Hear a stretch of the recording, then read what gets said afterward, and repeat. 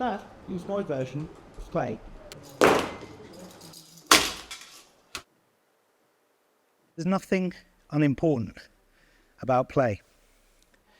Over the course of this talk, I'm going to be discussing with you guys how play can help improve our mental health, help with our businesses, and help us with our identity. Let me ask you a quick question before we start. Any of you guys here over the last few months made any time for play in your lives? A few raised hands. Good. Wendy, fantastic. For those of you with your hands up, more power to you. For those of you with your hands down, I feel you. I was there myself once too. Not so long ago, I wouldn't have been able to stand on a stage dressed like this. I would have looked more like this. This was corporate me, grown-up me. It's the costume we're all asked to wear as we're being told what to do by our industry, what to do by our boss, what to do by that little voice in our head that tells us how grown-ups act. And that voice doesn't leave any room for play. In fact, what it does is create a bottle in which most people spend their lives trapped in. For those of us in traditional career routes, that bottle's often imposed on us. And for people like myself, weirdly, we impose these bottles on ourselves. And there's staggering consequences to this. We're living in a grown-up world with a mental health crisis. According to the World Happiness Index, the global average index for happiness sits at around 5, which, if it was out 6, would be flipping fantastic. But it's not. It's out of 10. That's slightly worrying. And according to the CDC, the first 20 years of this century, the use of antidepressants has risen by over 65%, and the age-adjusted suicide rate has risen by over 30%. But it doesn't have to be this way. You see, play, honest to goodness, free, unencumbered play, can help us live happier, healthier, more productive lives. I'll start with a quick story about how play can help us with our identity. I was working with a client about 6 months ago. Well, I say working, we were playing. We were having fun. She just made a joke about toast. I can't remember the joke exactly. All I remember is at the time we were on a Zoom call and she was drinking tea and she started laughing so hard the tea started coming out of her nose. So she sat there on this call covered in snot and tea and we're both giggling. And she said something to me that was truly remarkable as we start to kind of come down off of that high from giggling. She said to me, "This feels so good. I feel like me again." And that shouldn't surprise us. According to the data, engaging in play and things that self-actualize us help us build out stronger identities. My journey through play took a slightly more dramatic and different route. For me, my play stopped when I was around 5.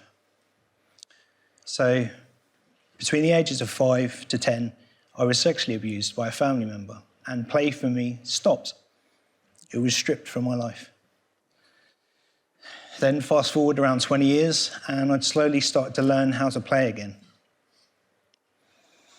I was in a wonderful relationship. We were thinking about having kids. And that bottle that had been so tight my entire life was slowly starting to loosen. I'd left corporate life. I'd built out a personal brand. I'd become an entrepreneur. I was no longer wearing this generic adult shirt. I was more me.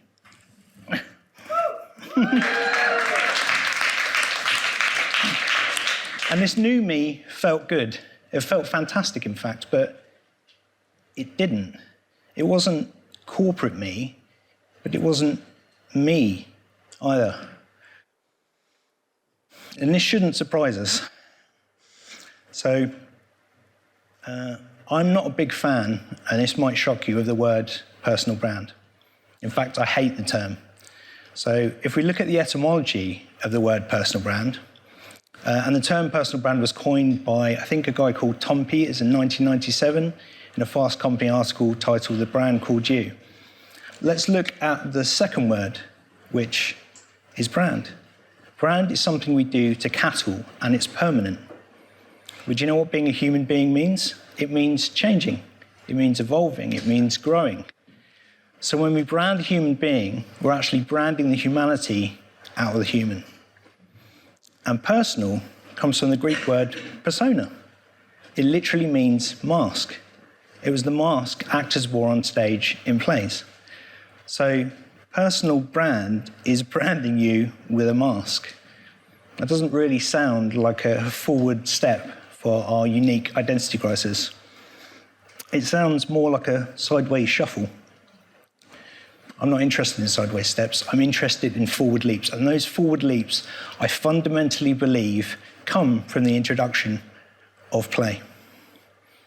There's a few barriers to this with adults in terms of engaging in play. And one of those barriers is trust. So it's been shown through research and data that adults that are much more engaged in relationships where trust is present are much more likely to engage in play. So we've looked at the data and the research, but my own epiphany with trust didn't come from a book, and it didn't come from research. It came from an interaction with a fox cub. So it was dusk, and the warm orange sun was just kissing the edges of the fence line in my garden. And I looked around, and there he was, alert and bright-eyed. And he sat there looking at me.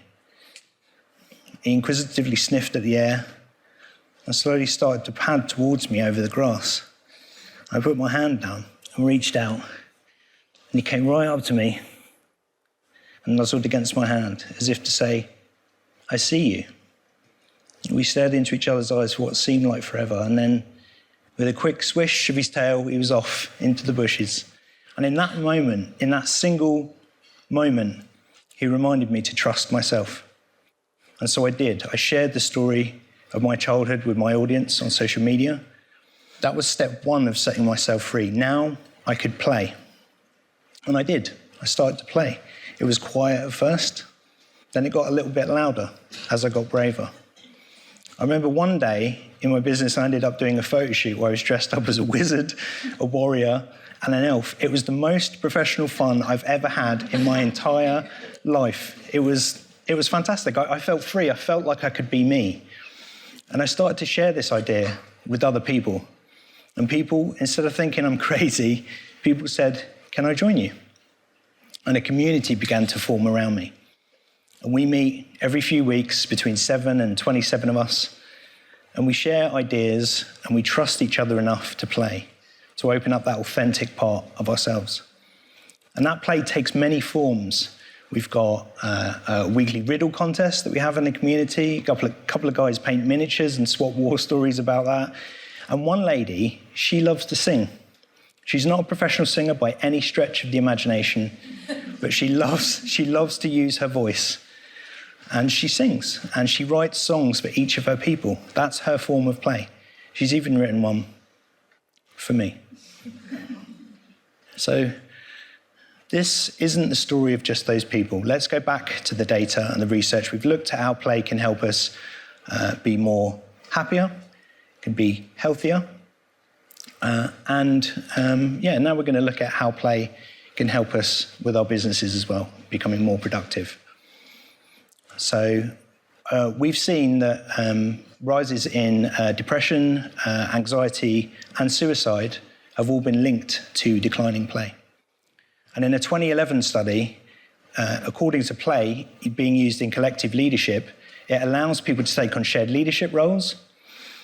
It allows them to collectively organise as well, and it allows them to build trust among team members. Play has gone into every single facet of my life. It's changed how I am with my partner. It's changed how I am in my business. It's even changed how I parent. I think if you could put me under a microscope, you'd probably see it's changed my DNA. I'm going to finish with a quick story. So I was watching my son. He was playing with one of these little magnetic puzzle books. I don't know if you've seen them. They're kind of, you rearrange the pieces and kind of tell the story and put them in order. And like any good parent, I stepped in to show him where the pieces went. And then I caught myself. What am I doing? He's playing. He's having fun. And that is what we're doing to each other every day. Some expert is telling us the right answer. Then we're trapped in a bottle of our own design where we look to outside expertise for the right answer. Newsflash. This game you're playing right now, called life, there is no right answer. So I stopped and I stepped back and looked at what he'd created. It was pretty cool. I liked his picture. It was his picture, his story. And that's the gift I'm sharing with each of you today, is permission to play. Permission to find your true self. Permission to move out the adult bottle and not move into a brand bottle. Because when you play, you hit the edges of the bottle and the edges crack and shatter. And what you're left with, we don't know, do we? And we won't know until we try. So trust yourself. Play. Be silly. Have fun. It will allow you to break out of your bottle and grow into the person you're supposed to become. Thank you.